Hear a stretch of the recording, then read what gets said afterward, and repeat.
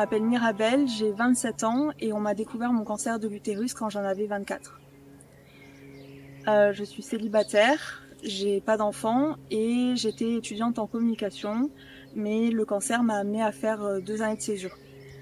Je raconte mon histoire sur le compte Mironco, donc n'hésitez pas à venir me suivre si vous voulez en savoir plus sur mon histoire.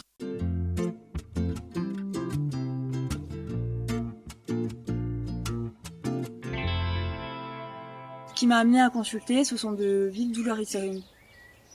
Je croyais plus en la pilule contraceptive parce que je suis tombée enceinte alors que je n'ai eu aucun oubli et que c'était pas ma volonté. Donc j'ai décidé de me faire poser un DIU, donc un stérilet au cuivre. Et 4 jours après la pose de ce stérilet, je me remets à faire un peu de course à pied, de la rando, et là je ressens de vives douleurs dans mon utérus, des coups de poignard en haut de mon utérus, et quand je suis au repos, je ressens une pesanteur un peu comme une masse. Donc je retourne consulter la gynécologue qui m'a posé le DIU, et là elle me dit que je suis trop douillette, que c'est normal d'avoir mal parce que le DIU au cuivre crée des règles plus intenses, et que du coup ça peut créer ces douleurs-là. Donc clairement je me sens pas écoutée et elle m'invite à consulter une ostéopathe pour me détendre. Donc je vais consulter cette ostéopathe pour me détendre. Et cette ostéopathe trouve que la mobilité de mon utérus est anormale et qu'il y a quelque chose. Elle croit en ma douleur et m'invite à reconsulter la gynécologue. Donc je retourne à l'hôpital où on m'a posé le DIU et je rencontre une autre gynécologue avec un jeune interne. Et ce jeune interne accepte de m'ausculter et de me faire une échographie pelvienne. Donc je le guide jusqu'à ma douleur, là où je ressens cette sensation de pesanteur. Et là, bingo, c'est pas psychosomatique comme on me l'a répété. Il y a bien une masse et il va falloir faire des investigations supplémentaires.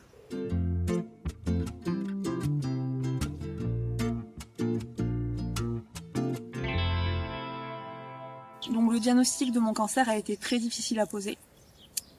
La première année, en 2021, on m'a dit que c'était un fibrome asymptomatique de 43 mm. Ça, c'était suite à une échographie.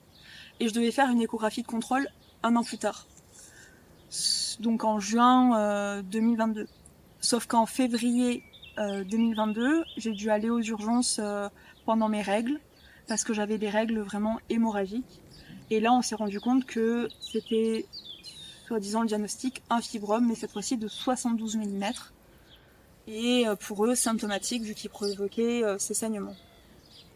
Donc de là, j'ai eu plusieurs examens, donc j'ai été baladée de médecin en médecin, toujours perdue face à mes symptômes, jusqu'à ce que lors d'une RCP, on m'envoie vers l'Oncopole de Toulouse, et là, tout s'est débloqué. Le 25 mai 2022, j'ai rendez-vous avec un professeur spécialiste en sarcome à l'Oncopole de Toulouse, qui m'annonce « Mademoiselle, vous avez peut-être un cancer ». De là, s'ensuivent plusieurs biopsies, au pluriel. J'en ai eu 4 dans l'année. Et le chirurgien qui m'opère croit dur pour me faire que j'ai un fibrome. Sauf qu'à la fin de l'année 2022, donc ça devait être vers octobre, on m'annonce que j'ai un utrosque.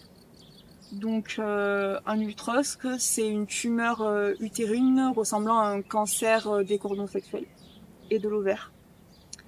Et il y a moins de 100 cas dans le monde à ce jour. Et ces cas sont bénins et non métastatiques.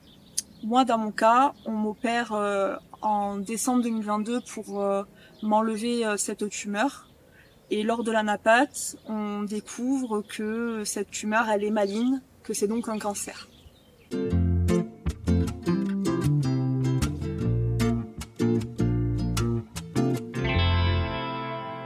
Donc là, j'ai pas eu le choix en fait que l'on m'enlève l'utérus parce que c'est la démarche à faire lors d'un cancer de l'utérus pour éviter qu'il se propage. Alors en janvier 2023, au lendemain de mes 26 ans, on m'a enlevé l'utérus, les ovaires, les cul-de-sac de Douglas parce qu'il y avait des carcinomes.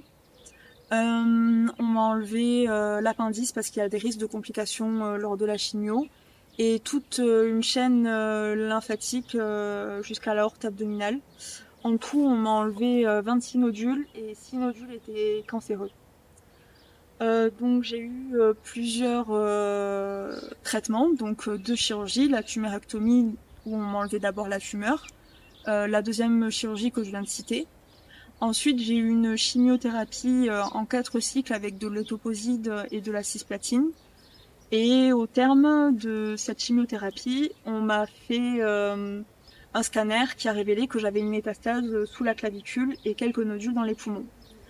Donc on a fait des investigations supplémentaires qui ont duré encore là tout l'été et on arrive à la fin de l'année 2023, donc en décembre.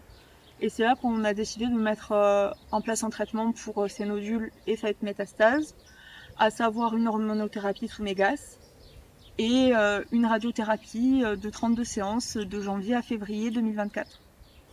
Donc j'ai effectué ces traitements. Et en mars 2024, j'ai commencé à avoir mal au dos. J'ai profité de la consultation de contrôle de la radiothérapie, donc des 32 séances que j'ai faites, pour en parler. On a fait plusieurs examens d'imagerie et à l'IRM, on s'est aperçu que j'avais une masse, encore une métastase, entre 2 vertèbres, donc L5 et S5, qui me provoque une sciatique. Donc rebelote, on m'a fait 18 séances de radiothérapie que j'ai terminé le 6 juin. Et en parallèle, pendant ces séances de radiothérapie, j'ai fait une embolie pulmonaire, donc on a dû arrêter l'hormonothérapie. J'ai eu un rendez-vous le 28 mai avec mon oncologue, 28 mai 2024 toujours, et celle-ci a préconisé que comme les traitements que j'ai eu jusqu'à présent n'ont pas fonctionné, j'allais refaire une nouvelle chimiothérapie.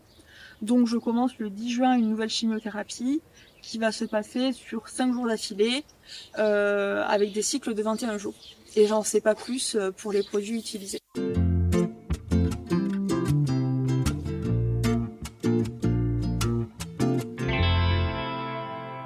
La phrase positive pour la fin, c'est que quelle que soit la prochaine nouvelle que va m'annoncer mon oncologue, je reste confiante parce que j'ai confiance en ce que je ressens dans mon corps. Dans mon corps, je me sens bien. Dans ma tête, je me sens bien.